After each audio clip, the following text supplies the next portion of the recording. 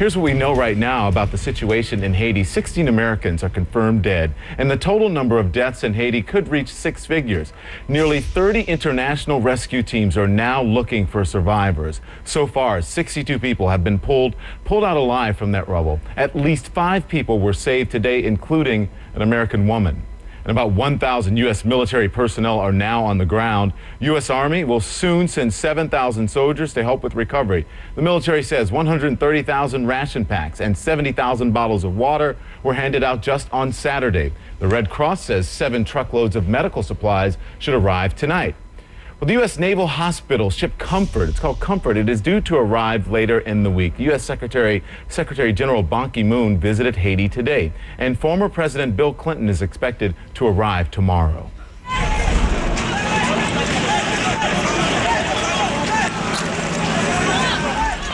We have some new video just into CNN that speaks directly to the desperate situation in the capital 5 days after an earthquake leveled most of the city. People are crawling over the rubble of a building. You see it there, apparently grabbing what they can.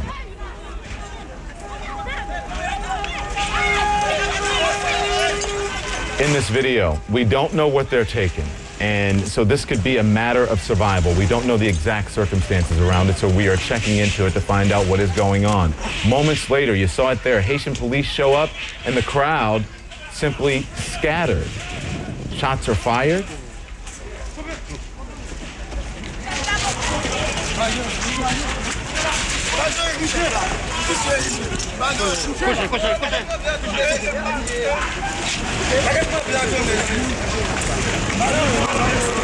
Even amid all this chaos and the shots being fired, no one appears to have been hit in all of this.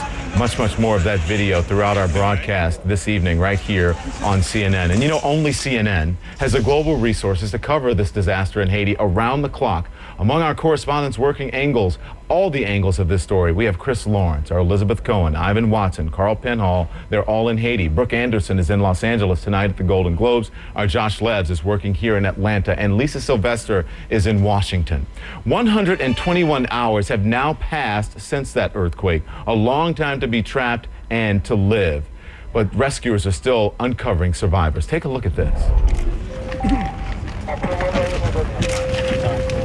Evaluation. I have one of the squads. The next squad only will help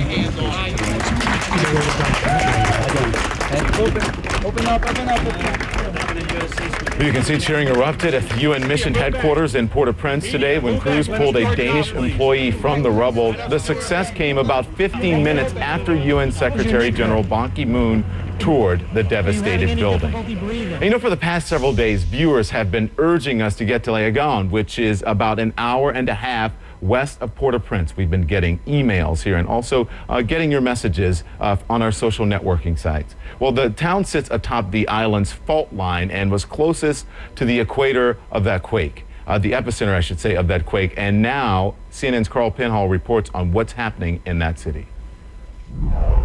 We're in the town of Léogâne, Frederica, and we're in a field hospital, a makeshift field hospital that has been set up here. Now, in fact, this was never a hospital. This was a nursing training school. The hospital facilities in Léogâne collapsed, and so nurse trainees, along with a nursing director, have sprung into action. And since the quake happened, that nursing school director tells me they treated 5,000 patients here. They've done first aid, they've done emergency aid for the ones they could, but they said that this nursing school never had the supplies that a hospital would have.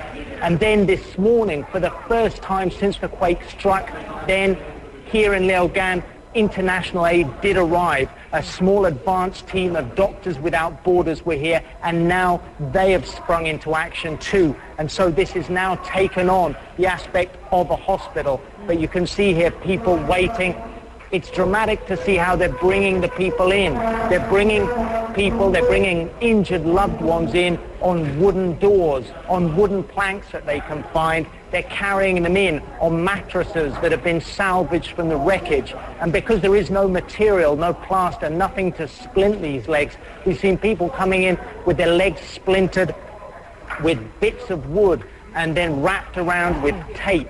We've also seen women here with apparently broken legs that have been splintered so far with cardboard. And so it really is a relief for them that international aid is starting to trickle through here. But I was talking to the mayor a short while ago, and he says that he believes that the international aid right now has been concentrated on Port-au-Prince. It's been log-jammed there, bottlenecked there. That's why it hasn't come out to this area. And again, I wonder if, I'm just seeing now as I'm talking to you, in fact, talking about people being brought in on doors and tables. We're just going to pan off and just look at this scene now, Frederica. Just look at this scene now.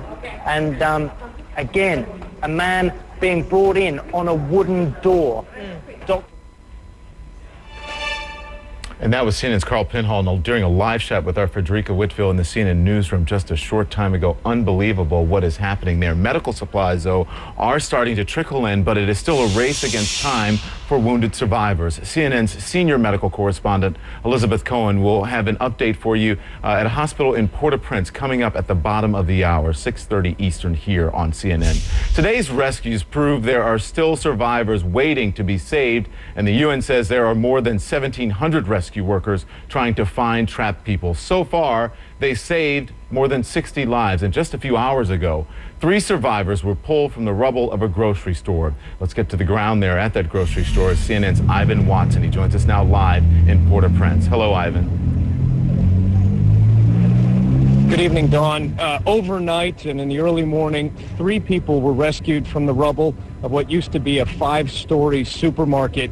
And now I'm joined by Captain Joe Zeralban. He's the leader of Task Force 2, rescue workers from Florida, working together with Turkish rescue workers. And he has just been in contact a little bit more than an hour ago with 2 survivors still alive after 5 days under the rubble. And I understand we just got news, Captain, that you've been able to give water to one of those survivors. What is their condition? What did they tell you when you went into that mountain of rubble? Well, I went in there not too long ago, and I had to crawl up into the crawl space in between 2 10-inch slabs, very small space, spoke to them. They're both in very good condition. They're speaking strongly, and basically all they told me was, we want to get out. We need to get out. I shined a light in there, a flashlight, and I asked them, can you see the light? They said, yes, I can. I asked them, can you touch the light? They said, I'm trying to reach it, but I can't reach it. How close are you? About 15 centimeters. That's very close. Then I asked them to tap.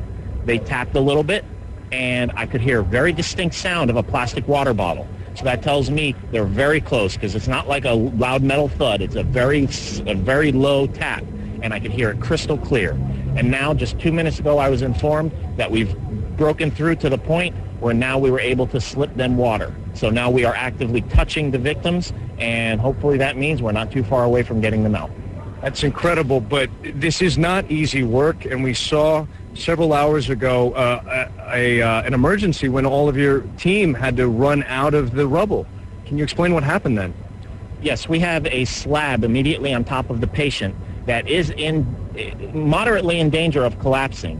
When they were working in the area, the slab started bouncing up and down. It caused them to evacuate the area and reassess, ensure it's safe, and then go back in, but go back in with even smaller, more intricate tools. It's more along the lines of a surgery now than breaking things and trying to breach with heavy tools. We just have to make sure that we get the victims out without collapsing the slab on top of them. Captain, it's dangerous work. How is it possible that these victims could still be alive after 5 days in what is basically a death trap? Well, you have varying types of collapses. This happens to be a pancake collapse, which, even though is the worst type of collapse, it has void spaces. They have been stuck inside a void space. Now, if you were to be stuck inside a collapsed structure, the best place to be stuck is a supermarket. They're surrounded by food. Food has fallen on them. We've had multiple situations where victims have eaten some of the food in the supermarket to stay alive. Don, there you have it. They're actually reaching out and handing water bottles to a Creole-speaking man and woman trapped somewhere beneath that mountain of rubble. Don?